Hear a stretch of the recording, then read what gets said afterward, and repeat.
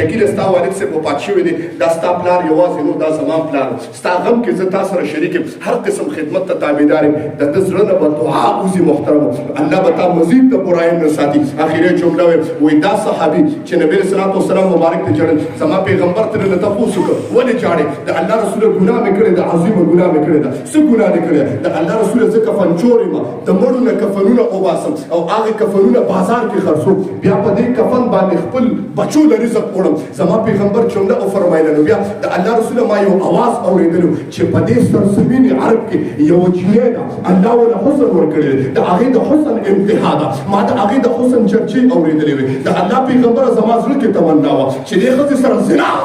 بدعملي څنګه وکړم دا مې زړه کې تمنا وه اواز غوږونو ته راورسېده چې هغه جینۍ الله تبارک وتعالی په حالت وفات راوسته مړه شوه د دنیا نه لاړه د الله رسول زه خو کفن چورم قبرستان ته لاړم قبر مې وکنسته تبې مې ترې ګلو کړې کفن مې ترې ویسته هغه جینۍ مې بربنډه کړه ما چې د هغې حسن ولیده په ایمان مې زلزله راغله ما دننه په قبر کې د مړي سره زنا وکړه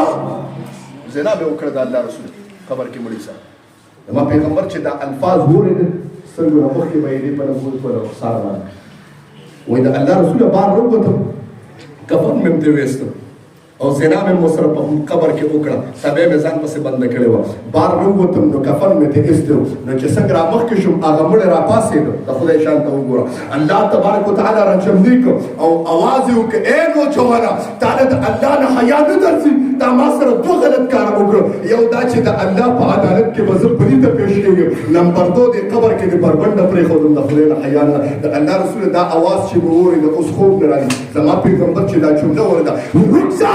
زما د مخې نه ځکه قرآن تذکره کړې ده چې لا تقربوا الزنا انسان چې په ظاهر د زنده سره زنا کوي د مسلم روایت کې نبي علیه السلام فرمایي لا یزني الزاني حین یزني وهو مؤمن یو انسان چې زنا کوي دغه ټیم کې دی مؤمن دی محترم ایمان پې د پاسه بندېږي نو چې یو انسان په قبر کې د مړي سره زنا کوي څه تصور د محترمو د الله رسوله بار راووتم قسم دې ما نه اوس ارام نه راځي زما پیغمبر کوشل رکزه زما د دربار نه پته ولګېده په اسمان نه الله خفه دی په ذکر محمد رسول الله خفه دی لاړم په یو غره باندې کېناستم څلوېښت ورځې مسلسل وچړل په څلوېښتم ورځ باندې مې لاس اوچت کړ ربا زما دا ګناه که عفو کېدو ونه د جناب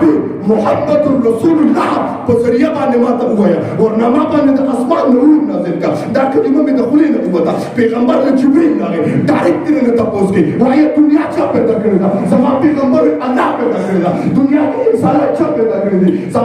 زما رب پیدا کړي وایه د انسانانو د رزق څوک ورکوي زما رب ورکوي دنیا کې انسان ګناه وکړي توبه وباسي قبرېدو والا څوک دی زما رب قبرېدو والی وایي هغه نوجوان په حق باندې توبه ایستې ده زما رب ورته د معافۍ اعلان کړی دی محترمه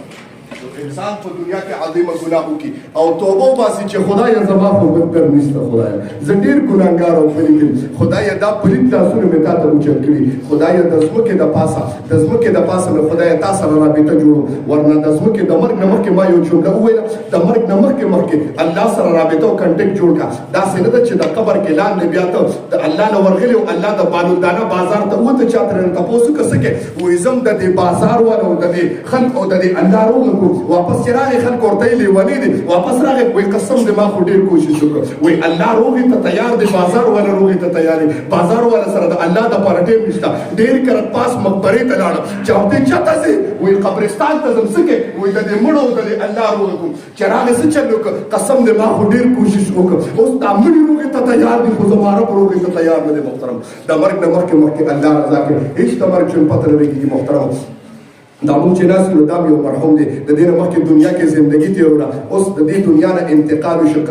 قبري او داسې ځای ته لاړه چې واپسي نشته محترم داسې ځای ته زمونږ هم سفر دی الله دې د دې مرحوم قبر د جنت ته باغچه وویل شوق سره امین وویل که ملګرو جنازې ته حاضري کړې ده قبر کې کار کړی دی دعا ته حاضر کړی ده الله دې ستاسو قدمونه په تله د نیکۍ کې واچي او الله دې د دې درې عوض الله تاسو له په دنیا او آخرت باندې درکړي د دې مرحوم دې الله مغفرت نصیب کړي الله دې له قبر د جنت ته باغچه وګرځي او الله دې ورته په جنت کې اعلی مقام نصیب کړي شوق سره امین ووایي او الله دې مرحومین ته صبر ورنصیب کړي یو پیر سورې فاتحه درې پیر سورې اخلاص وایي دې مرحوم په سری ثالث او پرې پر